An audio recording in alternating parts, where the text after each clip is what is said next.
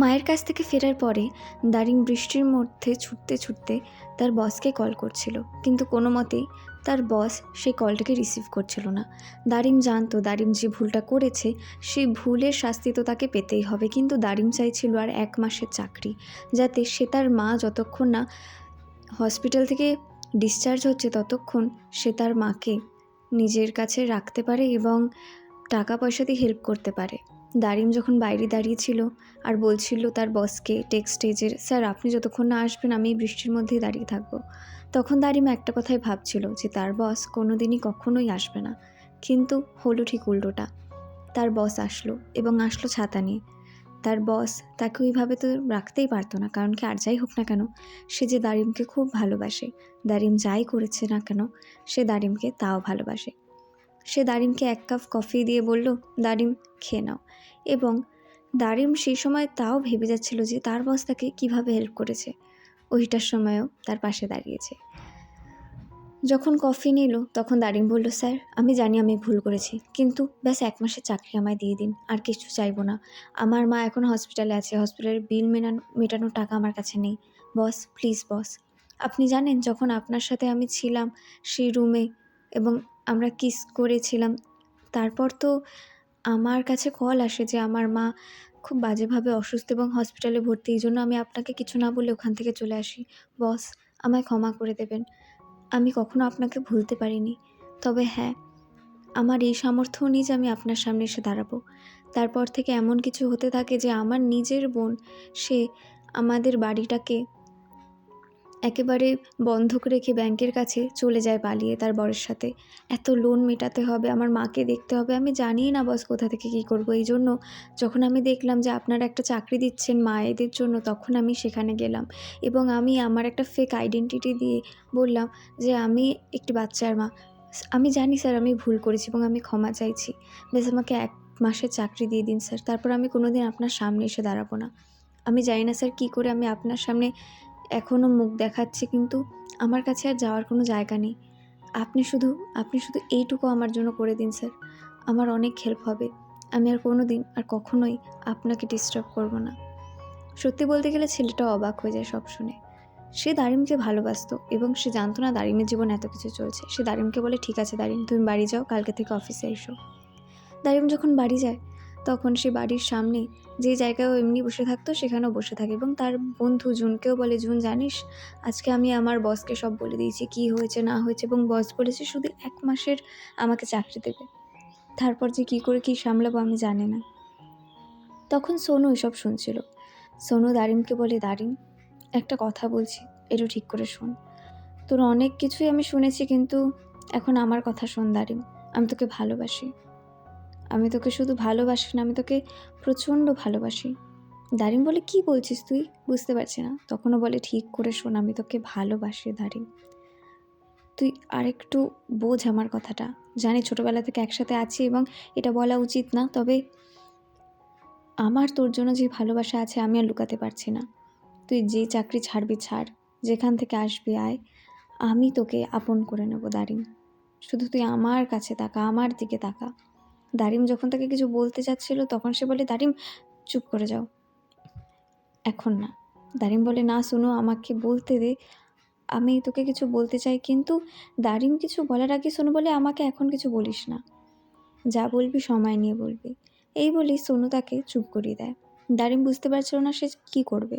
দারিম এটা তো জানতো যে সোনুকে যদি সে এখন না করে দেয় তাহলে সোনু তার থেকে অনেক দূরে চলে যাবে। সোনু বলে, ভেবেচিন্তে আমাকে উত্তর দিবি কেমন, এখনের জন্য এখানেই থাক, আমি এখন বাড়ি যাচ্ছি। এই বলে সোনু ওখান থেকে চলে যায়।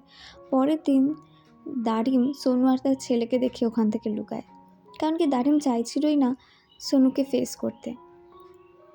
দারিমের কেমন যেন একটা লাগছিল সব কিছুতে। যখন দারিম অফিসে পৌঁছায় তখন বস দেখে যে দারিম একজন মহিলার অনেক হেল্প করছে।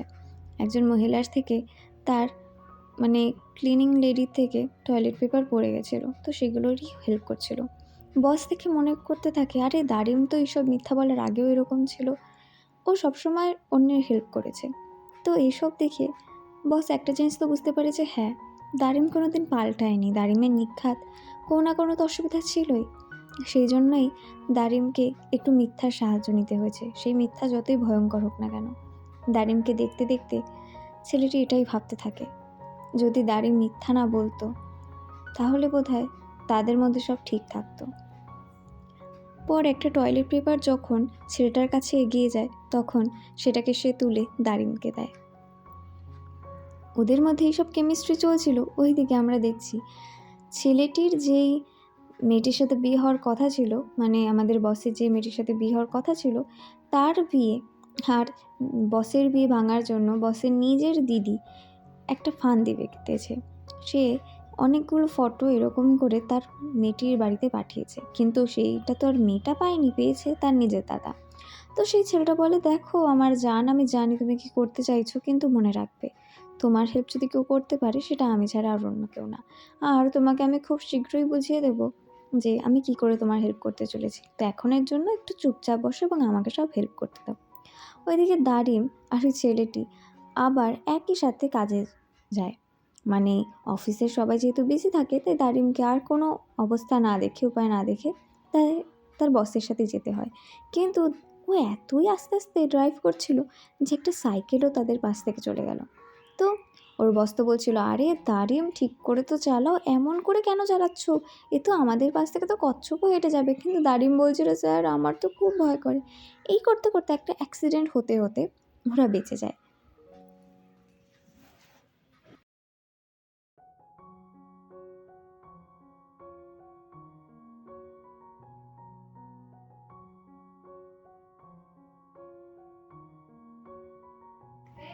ছেলেটি বলে, দারিম তুমি কি চাও আমি এখানেই, মানে এখানে কি আমি আমার জীবন দিয়ে দিই নাকি? তো এই বলে ওরা কথাবার্তা বলতে থাকে। পরে সুযোগ সুবিধা পেয়ে ছেলেটি আরেকটু দারিমের কাছে আসতে চায়। ছেলেটি জানে দারিম কি করেছে না করেছে, কিন্তু এবার সে চাইছে যে দারিমকে আবার নিজের কাছে ফিরে পেতে।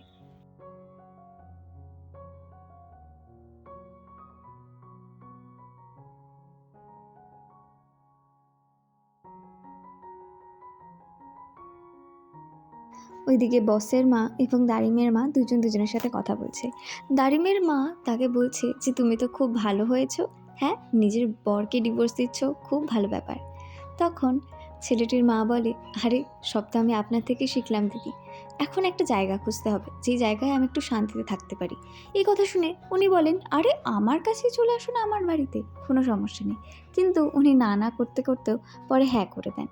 অ্যাকচুয়ালি উনিও চাইছিলেন না এনাকে ছাড়তে, দুজনের মধ্যে খুব ভালো বন্ধুত্ব যে হয়ে গেছিলো, তাই ওরা ডিসাইড করে যে কিছুদিনের জন্য উনি তার নিজের বাড়িতেই থাকবে। ওইদিকে অফিসে জুনকে, মানে সোনুকে ডাকা হয়। সোনু এবং আমাদের বস মিলে কথা বলছিল। ছেলেটি বলছিল, দারিমকে তো মানে ভালোই ধোকা দিচ্ছ, হ্যাঁ? আসলে ধোকা না, তোমরা দুজনে মিলে আমাকে ধোকা দিয়েছো, দুজন বন্ধু হয়ে আমার সাথে তোমরা মিথ্যা কথা বলেছো আর সবাইকে বোকা বানিয়েছো। দেখো সোনু, এসব বোকামি আর চলবে না। আমি 1 মাসের জন্য ওকে রাখছি, আর 1 মাস পরে ওকে আর এখানে আমি রাখবো না। দারিমকে 1 মাস পরেই এই কাজ থেকে ছাঁটাই করে দেওয়া হবে। এই কথা শুনে সোনু কিছুক্ষণ চুপ থাকে, এবং চুপ থাকার পরে সোনুর মাথায় অনেক কিছু আসে।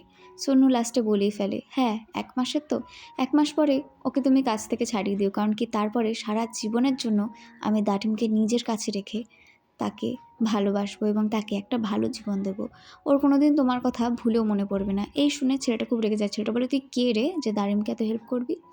যখন ইন্টারভিউ শুরু হয়, তখন ইন্টারভিউয়ের সময় একটা বাজে জিনিস হয়ে যায়। আমাদের বস ইচ্ছা করে সোনুর গায়ে জল ঢেলে দেয়, এবং এই জিনিসটা তো পরিষ্কার ছিল দুজন দুজনকে সহ্য করতে পারছিল না। দুজনের মধ্যে ঝগড়া ঝামেলা চলছিল দারিমকে নিয়ে। ওইদিকে যখন সবাই চুপচাপ বসে পড়ে, আবার সবাই সেটেল হয়ে যায়, তখন ওইদিকে আমাদের সোনু দুষ্টুমি করে ইচ্ছা করে আমাদের বসের গায়ে জল ফেলে দেয়। এবং এই জল ফেলে দেওয়ার জন্য সবাই অবাক হয়ে যায়। সবাই বলে, আরে ব্যাপারটা হচ্ছে কি, এতে দুজনের কি দুজনের সাথে কোনো সমস্যা আছে? জল যখন পড়ে যায় সবাই তো অবাক ছিলই। ওইদিকে ছেলেটা রেগেও রাগ করতে পারছিল না, কারণ কি ওদের তো ইন্টারভিউ চলছিল। পরে সবার একসাথে মিলে ইন্টারভিউ হয়।